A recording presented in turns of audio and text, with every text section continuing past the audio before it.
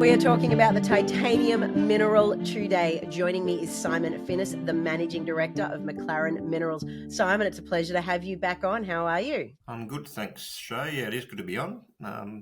In the Melbourne Cup hangover, but doing all right. Oh, lucky you. Now, let's talk about driving your McLaren Mineral Sands project forward. You announced a $3.6 million placement yesterday on the day of the Cup. Tell me, what are these funds going to be used for, Simon? This is all for the bankable feasibility study. I'll correct you slightly. It was an entitlement issue, so it's a rights issue, but it's fully underwritten. So very, very strong support there from sub underwriters, and our joint lead managers, Lewin Wealth and Cumulus Wealth. So look, very positive noise to the market, really, that there's another set of eyes on this project and everyone's excited. Simon, there was some other news in this announcement that hints at the potential expansion of your McLaren Mineral Sands project, and that is that there could be another shoreline or ridge to investigate. What does this mean? Look, it's actually pretty exciting. We're obviously been drilling very successfully the McLaren ore body, and then we've publicised the high grade to the north, to the south, to the east. But now our geologist really has started looking at the data in some detail, and he's got some geological triggers that are leading him to believe that there's another shoreline to the east of McLaren. And it's based not only on geology, but we've got historical holes, and obviously these historical holes are less reliable than modern holes, and we're not using them in the resource. However, there is grade in those holes, and there is logging of those holes that lead us to believe that there's another shoreline.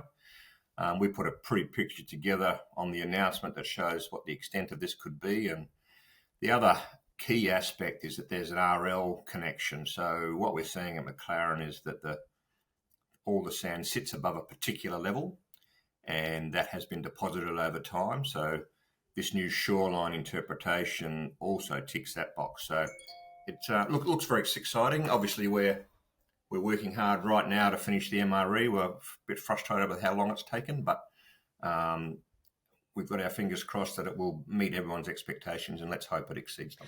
Now, I can hear your phone and email popping off in the background, so you are clearly in hot demand. But before I let you go, what's some of the news flow items investors can look forward to before the end of the year? It'll be pretty busy. So we'll release our mineral resource estimate, or the new mineral resource estimate. I think that'll be in the next week or so. We are looking to finish the PFS as well in the next month. I'm hoping sooner, but these things you have to do them properly. You have to finish them properly, and we want to run what's known as a conceptual pit outline, and that uses the database that's generated by the mineral resource estimate. So there's a bit of a time lag, and after that we'll run the financial model, CapEx, OpEx, execution schedule, and then we'll release all the results of that to the market. And look, that'll be certainly within this quarter. We've worked hard on it. We know it's taken longer for everybody, and we're all frustrated. But I think the noise it'll be all worth it in the end. And look, from then on, we just leap into bankable feasibility study. Obviously, relying on those results, but we're very confident that the results will speak for themselves. And we've obviously raised money, ready to go and do the next phase of McLaren. So it's exciting times. It certainly is. It's great to see the momentum that is driving McLaren forward at the moment. Listen, Simon, I appreciate your time. I'll let you get back to your day. Thanks so much for being here. Thanks, Shay.